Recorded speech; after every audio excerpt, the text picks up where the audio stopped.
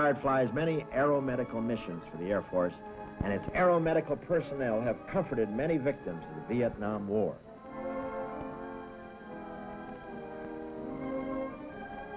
Assisted by the medics, these nurses fly missions around the world. They work around the clock when necessary to comfort the sick, disabled, and wounded. This specialist helps the nurse check oxygen equipment aboard this C-97. If you really want to find out how terrific these people are, just ask some of the boys who've been wounded in Vietnam. This is Captain Betty Aiken, the Tennessee Air National Guard. She's made more than 23 trips to Vietnam. Here she administers aid to an air-evacuated patient. Air Guard nurses receive specialized training so they can meet in-flight emergencies. I understand you have a pretty bad back injury. Have you ever flown before? Yeah, with good-looking nurses like that around, who wants to be healthy? What they need are more beautiful nurses like me. Yeah, we save your kind for us taxpayers. Much has been said and written concerning the tradition and heritage of the National Guard. Throughout its long history, the Guard has always attracted men of the highest caliber, many of whom gone on to become great leaders and respected figures of prominence in the world. For example, George Washington, one of our early militiamen. Others make an impressive list. Here are just a few. Abraham Lincoln. Yes, sir. Old Honest Abe, our 16th president. He started with the militia in 1832 and became a captain with the 4th Regiment of the Illinois Volunteers. Harry S. Truman, our 33rd president, served as a World War I artillery officer commanding Battery D of the 135th Field Artillery, Missouri National Guard. Charles A. Lindbergh, hero of the aviation world, who won fame with the first solo flight over the Atlantic Ocean in 1927. Lindy's military career began in the 110th Observation Squadron, Missouri National Guard. He was granted leave to make his flight.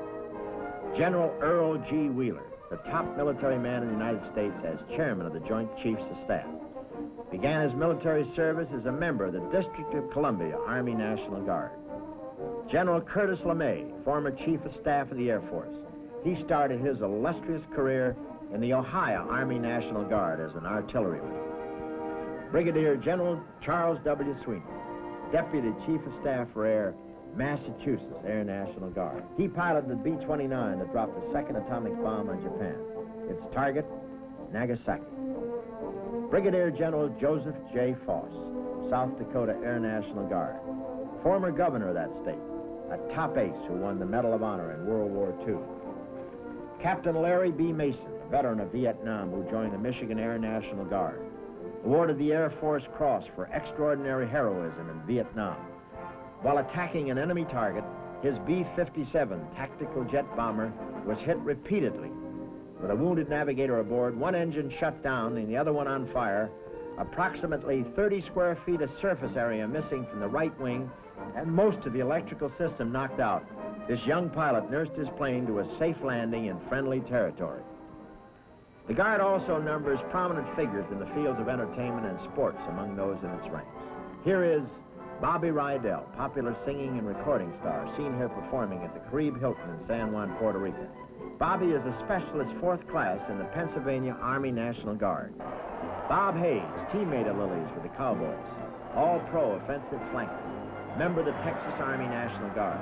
He's known as the world's fastest human, and you can see why.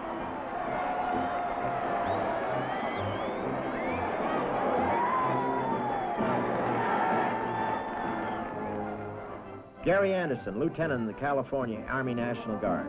His specialty, shooting. He's the guy who set 3 new records in winning the World's Rifle Championship at Cairo in 1962. Won 2 gold medals in the 1963 Pan Am Games. Set a new world record and picked up a gold medal in the Olympics at Japan in 1964 and won 7 gold medals during 1966, firing in International Shooting Union-sponsored events. Gary, by the way, is studying for the ministry. If you think the sky's the limit for ex-guardsmen, you're absolutely right. And here are some of the men who can prove it. Russell L. Schweikart, better known as Rusty, former member of the Massachusetts Air National Guard and the first guardsman to be selected for astronaut training directly from the Guard. You're watching him at work in a zero-gravity situation, hiring out bugs so future space flights can be as safe as possible. If you haven't spotted him yet, he's the guy with the red hair. Donald K. Deke Slayton, one of the original 7 astronauts. At one time in his career was a member of the Minnesota Air National Guard. Deke has taken over the administrative responsibilities pertaining to all astronauts in NASA's program. Charles Conrad, Jr., astronaut who has orbited the Earth on 2 occasions and is raring to go again. He's a former member of the Pennsylvania Army National Guard. That's just a few. There are many others.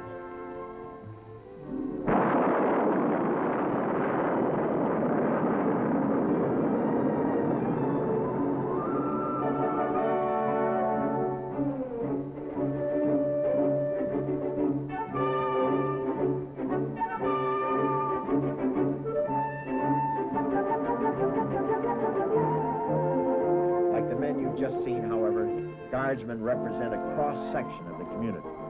In reality, the Guard is the community. That's why it's an organization you can count on.